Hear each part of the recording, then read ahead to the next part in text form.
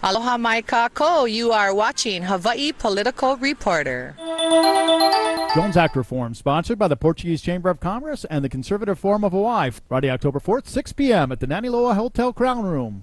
Another week and another mass shooting here in the States. And while the mainstream media will kind of stick to the gun control angle, the Aaron Alexis story is a strange one that it almost seems that today, as soon as the story really started to fall apart, the media completely switched the topic, and today was nothing but Bernanke and the Federal Reserve. However, I think it's important to note, not getting into all of the minutia of this Washington shipyard shooting case, two stories came out in the mainstream media today that I think are important to point out. And we'll begin with the story that broke from the BBC.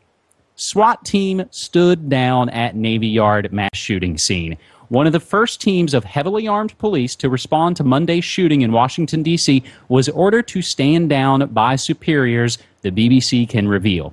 A tactical response team of the Capitol Police, a force that guards the U.S. Capitol complex, was told to leave the scene by a supervisor instead of aiding municipal officers. The Capitol Police Department has launched a review into the matter. Aaron Alexis, 34, killed 12 people at the Washington Navy Yard. I don't think it's a far stretch to say that some lives may have been saved if we were allowed to intervene, a Capitol Police source familiar with the incident told the BBC. Multiple sources in the Capitol Police Department have told the BBC that its highly trained and heavily armed four-man containment and emergency response team, CERT, C-E-R-T, was near the Navy Yard when the initial report of an active shooter came in at about 8:20 a.m. local time. The officers, wearing full tactical gear and armed with HK-416 assault weapons, arrived outside Building 197 a few minutes later, an official with knowledge of the incident told the BBC. According to a Capitol Police source, an officer with the Metropolitan Police Department, Washington, D.C.'s main municipal force, told the Capitol CERT officers they were the only police on the site equipped with long guns and requested their help stopping the gunman. When the Capitol Police team radioed their superiors, they were told by a watch commander to leave the scene, the BBC was told. Several Capitol Police sources who spoke to the BBC asked to remain anonymous for fear of reprisals. Capitol Hill Police Chief Kim Dine has ordered, quote, a comprehensive independent review of the facts surrounding the Capitol Police's response to the Navy Yard shootings. James, adding into this, the other piece that came out in the mainstream today was that Aaron Alexis, in the stock of his gun, the wooden kind of butt, on one side he had carved, better off this way, but on the other side he carved the phrase, my ELF weapon. And it's on the record that he had complained in August to Rhode Island police that he thought he was being electronically harassed or gang stalked or he was a targeted individual. So, James, this is a bizarre story that, again, I found it really interesting that once the story really started to fall apart today, it kind of was removed from the headlines. Do you have a take from the other side of the world on this? To be honest, I really have nothing whatsoever to add to this story. It's another month, another psyop, another silly distraction to try to put gun control on the table, which is a political non-starter. And just like the Colorado shooting last year, or the Sandy Hook shooting even, people will freak out about this story for a few weeks, and then it'll disappear, and it'll be, oh, remember that story about that shooting way back when? Oh, I kind of remember that. It's just another completely meaningless distraction, and I'm not wasting my time or energy even bothering to look into it. It's a psyop. I don't care. It is quite the psychological operation. And again, when we've been doing this year after year, you can kind of see the signs and you can kind of see it roll out. So this has been an interesting story, again, in kind of the mainstream take. And, of course, on Ground Zero, my talk show that I work on here in Portland, Ground Zero with Clyde Lewis, we've talked about it a lot. We talk about the paranormal, the parapolitical. We actually had legendary researcher Fritz Springmeier on tonight to kind of talk about these kind of mind control elements to this story. And I even wrote an original piece that's on KXL.com, the station that I work for. And again, all of these links will all be available, and you guys can check all of this out.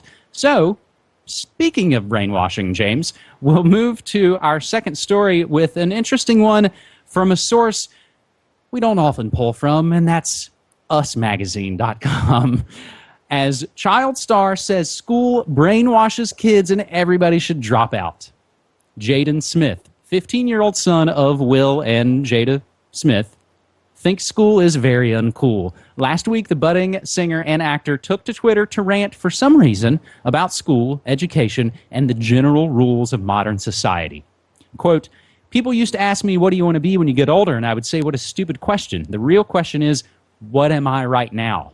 All the rules in this world were made by someone no smarter than you, so make your own. School is the tool to brainwash the youth. Education is rebellion. If newborn babies could speak, they would be the most intelligent beings on the planet." And he ended by saying, if everybody in the world dropped out of school, we would have a much more intelligent society. Everybody get off your phones and go do what you actually want to do. Ironically, Will Smith, his father, and mom, Jada Pinkett Smith, founded their own school, the New Village Leadership Academy in Calabasas, California, back in 2008. And even with the Smiths donating millions of dollars into the private elementary institution, which employed a wide range of untraditional educational methodologies, the academy shut down last June. And interestingly enough, Will Smith has also been a frequent outspoken critic about the parenting philosophies and things. He thinks that specifically, quote, in African-American households, the idea coming out of slavery, there's a concept of your children being property. And that was a major part that Jada and I realized with our kids, he recently told Haute Living magazine.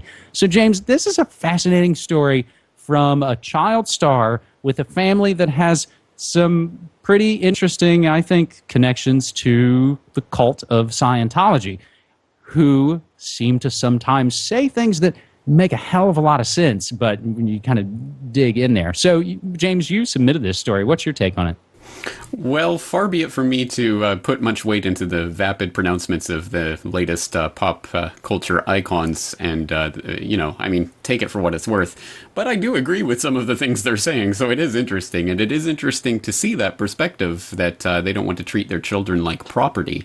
And imagine that. Can we even imagine a world in which family relations are not based on ownership in the traditional sense? And what would that mean for a generation that's raised in that manner? Some very interesting things to dig into in that story, and let's not concentrate too much on the source of the pronouncements, because again, that's just the distraction. But at any rate, it's good to see celebrities using their 15 minutes of fame to talk about something more substantial than going to the club or partying like it's 1999 or what have you. Even my references are decades out of date because I just don't care. But I'm glad to see again that the idea that education is just another tool for propaganda and enslavement is at least catching on in certain quarters, and hopefully more people will start to inquire into the roots of this idea. Yeah, I instantly thought of our friends at tragedyandhope.com and Brett Venad and School Sucks podcast. Hopefully those guys are all over this story. James, I can help you out. That's why you've got the media monarchy with you to help you with these kind of elements. I would actually add in, I'll throw this in, I thought Ashton Kutcher, the actor, he gave a really interesting speech last month to the Kids' Choice Awards, where he essentially, in the same effect, basically said, this is all a bunch of crap, this is all an illusion, get off your ass and go do something. And it was pretty powerful. So I think we'll include that, James. In this segment, as long as we're talking about schools and brainwashing, I think there's a couple of quick related notes we'll add in here for folks to check out. One would be the biotech industry slipping pro-GMO propaganda into school textbooks, basically talking about the pros and cons of genetically modified foods, which makes claims about GM plants being more pest resistant and reducing pesticide application. Interestingly enough, it doesn't mention any cons. The heading is the pros and cons. And again, you can check out the scan of the school worksheet that 8th graders are now looking at. The other interesting bit of propaganda coming from the aforementioned BBC, they have a new show called Science Britannica, and it's another primetime advertisement for GMO foods and the whole biotech industry, because when you look at the credits, you see that the producers and directors of the show have been involved in other kind of pro-GM propaganda. So, James, having said that and having set the table, if you will, we'll move to our third and final story already this week as we try and do a positive look, and it's on my Twitter account at Media Monarchy, coming to us via the Business Insider. Panera Bread's CEO tries to eat on $4.50 a day. Panera Bread CEO Ron Shaich is spending a week trying to feed himself on $4.50 a day. Shaich took the challenge to find out what it's like to live on food stamps, and he's blogging about the experience on LinkedIn. The average person on food stamps spends $4.50 per day in assistance, this according to the New York Times. When Shaich went shopping with his now new weekly budget of $31, he was surprised that he couldn't afford coffee, fruit, yogurt, or milk. Shaich ended up settling on a daily breakfast of cereal without milk, a lunch of lentils and chickpeas, and a pasta dinner. He bought carrots to snack on in between meals. By the third day of the challenge, Shaich wrote that his diet left him feeling bloated and weak, and by the fourth day, he said his thoughts were consumed by food. And the story goes on to kind of talk about getting in arguments with his wife and just adding extra elements of tension. He spearheads Panera Cares, a collection of cafes that offer free food and operate on pay-what-you-can donations. James, $4.50 a day? Can we do it? Could you do it? I don't think I could. My family couldn't, that's for sure. And I like one of the top comments on that story was that this guy wouldn't be able to buy anything at one of his own stores if he was on such a budget. So that's just another part of all of this. It is interesting to see this realization among the rich and pampered that, oh my God, food actually does make a difference and that people actually do struggle to make ends meet. So it's interesting to see that at least reflected in some of these headlines and the like coming from these Business Insider type publications that generally focus on macroeconomic issues and what's happening on Wall Street and how many millions or billions Goldman Sachs is making on this or that investment. It's good to bring it back down to the level of reality and people who are actually struggling to make a difference in this world and for whom all of this talk of economic recovery and the like is complete nonsense. So it is good to see a little bit of that being reflected. But of course, we have to roll our eyes and wonder what kind of government solutions are going to be proposed. And I suppose we'll all just have to tighten our belt a little bit tighter, both metaphorically and literally, I suppose, if we're trying to balance our budgets and wonder how maybe we can take a little bit more in taxes in order to pay for more food stamps, because that's obviously the way that the economy is going to grow, right? So I think there's ways that this can be manipulated for various agendas, but at any rate, it is good to see at least some stories focusing on the real problems that actual people have every day trying to make ends meet. I found it really interesting. He said that he's eating lentils and chickpeas and carrots, and in my mind, it's like, that sounds like a pretty damn good start, dude. But the problem is, he's probably only being able to get the pesticide-laden, conventional, non-organic bits. So, James, I'll throw in a couple of other related bits here quickly at the end. It's interesting. We have so it's Panera Bread are the regular restaurants. When they are this sort of pay-what-you-can model, they're called Panera Cares. And we have a Panera Cares here in Portland. So I'll include an interesting article, Problems at Portland's Panera Cares, where Panera Bread CEO Ron Shaich pointed out this isn't a handout. I think, which in a way speaks in a little bit to the sort of handout culture of Portland, basically talking about everybody they don't want to pay anything. They just want it all totally for free. Our ex-governor, Ted Kulongoski, back in 2007, did this exact same thing. He lived on $3 a day in grocery money for a week and urged the rest of Oregon to take the food stamp challenge. And one last bit posted today by our good friend Brock West, just what the doctor ordered. Med students team with chefs. And I think, James, this speaks to what you were talking about. As they say it in this article specifically, medical students teaming up with chefs because food should be your medicine, and your medicine should be your food. So I would implore folks to check out all these stories. And again, a huge thanks to everybody who helps me post things in the Media Monarchy Kingdom. And for folks submitting story ideas on Twitter using hashtag #NewWorldNextWeek, just like at Jim Cognition submitted the story about the biotech industry slipping the pro-GMO propaganda into textbooks. So, James, having said all of that, man, I will throw it back to you and thank you for another great week.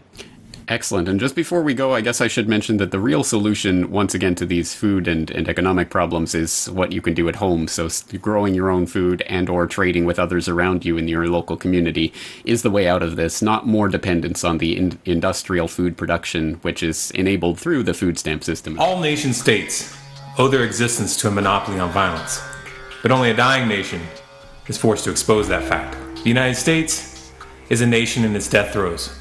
In this video, we're going to explain why. During times of stability, there are three monopolies that maintain the power of the state. Three pillars of power that all governments depend on. 1, the control of ideas and belief. 2, the control of money and finance. And 3, the monopoly on violence. Most people would never consider laws and legal systems as the control of ideas. But did you ever consider what makes a law any different than any other note that you might write on a piece of paper? The answer is belief. The belief in the legitimacy of a government and its subsequent right to impose limits and requirements on the behavior of the people is all that gives written law the illusion of power. I know what you might be thinking, but the police enforce those laws, and if I don't comply, they throw me in a cage. Indeed they do, but why? Why does a policeman feel that he has the right to do this? Why does the average citizen feel that they have the obligation to comply? And why does the rest of the population feel that they don't have the right to stop the man with the badge from grabbing a citizen and putting him in jail? It's because the policeman, the citizen, and the rest of society are mesmerized by their belief in authority. It all comes down to belief. The control of belief is actually the linchpin that makes the other three monopolies possible. For many millennia, the church worked in tandem with the state to help maintain the fabric of belief by supporting the doctrine of the divine right of kings. Today, that role is filled by the media and the education system. Television has become the temple of the 21st century. Newscasters, the priest, selling us the divine right of the state in the guise of democracy, and state-run schools complete the job by teaching a philosophy that legitimizes state violence without ever questioning the moral foundations of that paradigm. But this situation is rapidly changing. The U.S. government's aura of legitimacy has been severely tarnished, and the awareness of that stain is spreading like a virus throughout society as more and more people turn away from the mainstream media. The control of belief, which has for so long been used to lend support to the power elite, is rapidly slipping from their hands. They've lost control of the dialogue. This is why the government keeps trying to get control of the internet. In the United States, as is the case in the majority of the world, the control of money is no longer held by the government. This power was handed over to the Federal Reserve in 1913, and the Federal Reserve is owned by a conglomerate of the most powerful private banks in the world. By giving the power to coin money to private banks, a new branch of government was created, one that is not at all accountable to the people, and which cannot be voted out of office. This is the essence of fascism, the merger of corporate and government power. But what is money anyway? We can talk about the technicalities of what a dollar is today, and how it is essentially a unit of debt, backed by nothing, created out of thin air. And we can discuss what it used to be. But what is the underlying principle? What is the common denominator between paper money, digital money, metal money, and the cacao beans used by the ancient Mayans for money? The answer, once again, is belief. People give their labor and their goods in exchange for money because they have faith that they will be able to use that money to obtain labor and goods from others in the future. It is this faith that actually creates what we call value. However, the belief that a unit of currency is valuable can only be maintained if certain conditions are met. Either the substance itself has to have some inherent usefulness, as was the case for cacao beans of the Mayans, or there must be something that creates an artificial demand for the currency, such as forced taxation. In the case of the US dollar, the fact that oil can only be purchased in the global market using US dollars creates this artificial demand on the international level. But this is a topic in and of itself. In either case, the quantity of the currency must not grow too quickly, or forces of supply and demand will cause the perceived value to drop. Outside the petrodollar anomaly, forced taxation is the primary method used by states to generate the artificial demand for the official currency. Without the official demand that taxes be paid in a specific currency, communities would have nothing preventing them from creating their own currencies, which cut out the banker middleman. Forced taxation seems non-violent to most people because they choose to comply. However, most people aren't aware of the fact that they're making a choice by complying. They have come to believe that compliance is an obligation. But this is just another example of the control of belief making violence unnecessary in most cases. However, if one refuses to comply with these taxes, what happens? Agents of the state come to put you in a cage. They don't do this for financial reasons. Imprisoning tax resistors costs the state many times more than they could ever hope to recover. They put you in prison to make an example out of you, and to strike fear in the hearts of all those who might be thinking of doing the same. So you see, the states actually use the monopoly on violence to maintain the control of belief and the control of money. And the flip side of that equation is also true. It's circular. Essentially, the three pillars of power all lean in on each other, and if any one of them is removed, they all come falling down. The monopoly on violence has also been blurred in the United States as military defense contractors such as Blackwater operate private armies in theaters of war and domestically, as was the case in Hurricane Katrina. The use of mercenaries is nothing new. It's a practice as old as prostitution, and almost as dignified. But what is new is the immense financial power and political influence that these mercenary armies and the military-industrial complex in general has accumulated. Combine that with an unfettered revolving door between the war industry and the government, and you have a recipe for disaster. It shouldn't be surprising what you get when an industry which depends on war for survival has influence over the government. In the United States, all three pillars of power have fallen into corporate hands. This is fascism, pure and simple. Corporations are not moral citizens. Their only interest is the bottom line.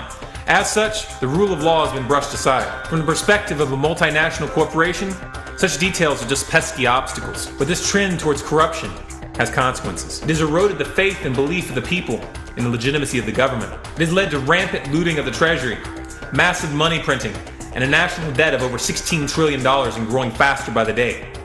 Just the financial aspect of this equation is enough to guarantee a collapse. At this point, it cannot be fixed, but it can be prolonged, and that's why we're seeing these endless wars. These are desperate attempts to maintain American global dominance and to prevent a move away from the dollar. In summary, fascism has corrupted all three pillars of power in the United States, and as a result, those pillars are crumbling. Those that are running the system can see this. They can see it and they're scared, because they know at this point, there's nothing they can do to put Humpty Dumpty back together again. All they have left is a monopoly on violence, and that monopoly is not complete. The founders of the United States wanted to make sure that the government had to share that power with the people, hence they created the Second Amendment. How then is a corrupt government which has abandoned the rule of law and the aura of legitimacy that came with it to hold on to power as the house of cards comes tumbling down? The answer should be obvious. They have to take away the counterbalance of the Second Amendment, and that's exactly what they're trying to do. There's just one little problem with this proposition. For many Americans who have been watching with growing distrust as their country becomes more and more of a police state, the Second Amendment is their line in the sand. Taking that right away, even incrementally, is actually accelerating the awakening of the public. And in the process, the enforcement arm of the government is beginning to question the chain of command. Without their enforcement arm, what power will the government have? None whatsoever. That's when the current system will draw its final breath, and the people will be left to decide how we're going to rebuild. But it's important to understand here that the state is not going to go down without a fight. They see the shift in ideas. They see the growing resistance to their dominance. And they see us reaching out to the police and military. They see the police and military that are waking up in droves. The scores of sheriffs that have already begun publicly stating that they will not allow the enforcement of new gun laws in their county. That's why in places like the West Point Military School, they're attempting to categorize anti-federal government activists in with terrorists. It's a desperate move, one that could backfire, but we can't afford to be passive and hope that it backfires. We have to make sure that it backfires. We have to keep up the pressure. We have to keep reaching out to the police and military, reminding them of the oath that they took to defend the Constitution and what that means. It may be that we could do better than the Constitution. It may be that a higher document could someday be written that adheres to the non-aggression principle. But the simple fact of the matter is that we will never get that chance if we allow our nation to slip into an overt dictatorship. We must preserve the Constitution into the collapse so that the people will have the power to dictate what comes next.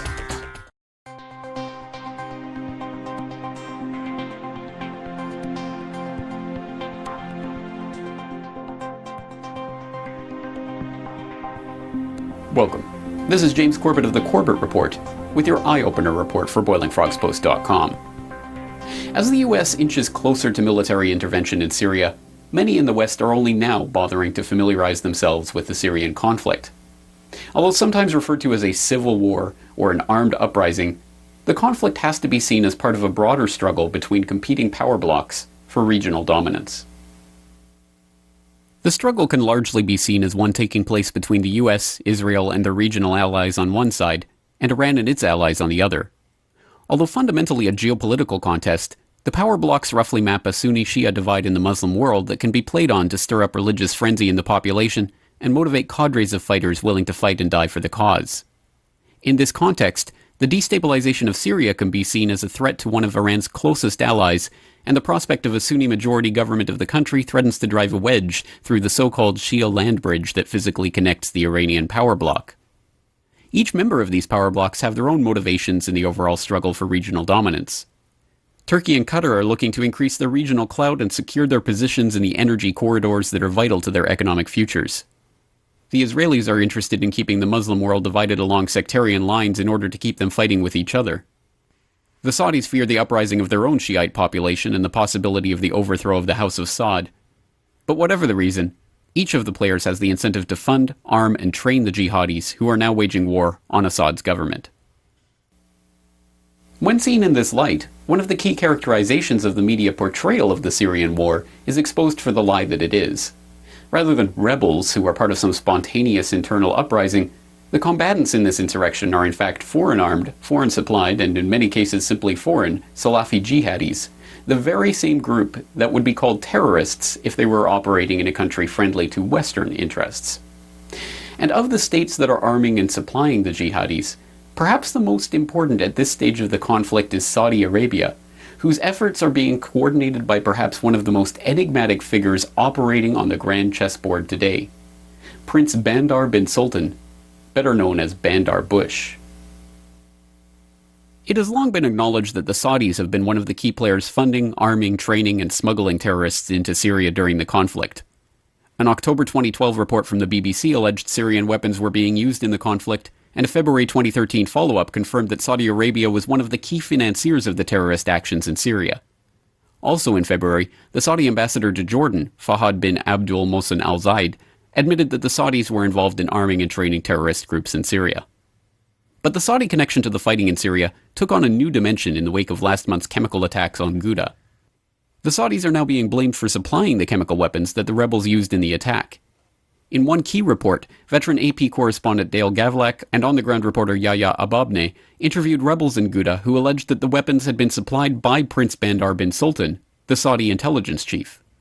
According to these reports, only the Saudis and the al-Qaeda-linked Jabhat al-Nusra terrorists knew what the weapons were, and other fighters were tricked into handling and storing them in preparation for the attack. In one incident, 12 rebels were killed inside of a tunnel used to store the weapons, some described as having a tube-like structure, and others characterized as looking like a huge gas bottle. Yesterday I talked to Sharmeen Narwani, a geopolitical analyst and commentator at Al Akbar English, about Prince Bandar's background, his disappearance from Saudi politics in 2008, and his sudden reappearance on the scene in Syria. You've been watching an excerpt of this week's Eye Opener report. We've all heard of the chain of command. Usually people think of the term in the context of military, corporate, and government power structures, but in reality, all of modern society is implicated. The chain of command sounds powerful, and it imbues the officers, the bureaucrats, and the petty dictators of the world with a sense of importance and rank. The term is deceptive, and behind it is an open secret, hiding in plain sight. Power does not flow from the person who administers orders. A command is inconsequential if it's ignored or laughed at. Obedience is the real foundation of misplaced power. It is in fact the chain of obedience, not the chain of command, the cumulative force of cowardly and compliant citizenry which allows evil men to take control. Can you imagine how Napoleon Bonaparte would be treated today if he arrived in Times Square, New York, and attempted to order a man put to death? Chances are he'd probably end up heavily medicated in a padded room by the end of the day, but for a few minutes people would probably have a good laugh, and rightly so. Separated from those who've been trained to obey them, even the most bloody heads of state are hardly more dangerous than a pickpocket or a mugger. It may be true that we have a demented pack of inbred maniacs running the world right now, but they aren't the ones that I fear. I fear the conditioned masses, which would put me to death at the drop of a hat if the right order is given. I fear the herd of well-meaning idiots which believe that written law and authority is to be followed at all cost, even at the expense of self-evident morality. The death squads and the concentration camps of history were never staffed by rebels and dissidents. They were run by those who followed the rules. The problem isn't the chain of command. The problem is the chain of obedience.